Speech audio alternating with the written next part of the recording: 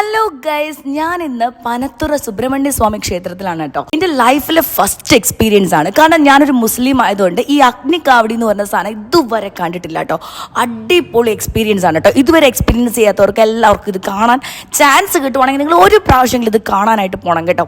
ഭയങ്കര ഭക്തിയോടുകൂടി വ്രതമൊക്കെ എടുത്തിട്ട് മയിൽപീലിയുടെ കാവടിയൊക്കെ വെച്ചിട്ട് നേരെ ഓടി വന്ന് തീ കൂട്ടിയിട്ട് ഒരു കനലിലേക്ക് എടുത്ത് ചാടുകയാണ് കേട്ടോ ആൾക്കാർ. ചിലരിങ്ങ് ഓടി അങ്ങ് പോകും, പിന്നെ തിരിച്ച് വീണ്ടും ഓടിക്കയറും. അവർ ആരാധിക്കുന്ന ആ ദൈവത്തിന്റെ സാന്നിധ്യം അത്രമാത്രം അവരുടെ മനസ്സിലേക്ക്, അവരുടെ ശരീരത്തിലേക്ക് ഇറങ്ങുന്നത് കൊണ്ടാണ് ഇങ്ങനെ സംഭവിക്കുന്നതെന്നാണ് എല്ലാവരും പറയുന്നത്. ഭയങ്കരമായൊരു ക്രൗഡായിരുന്നു കേട്ടോ. ഫോറിനേഴ്സും അവിടെ ഉണ്ടായിരുന്നു.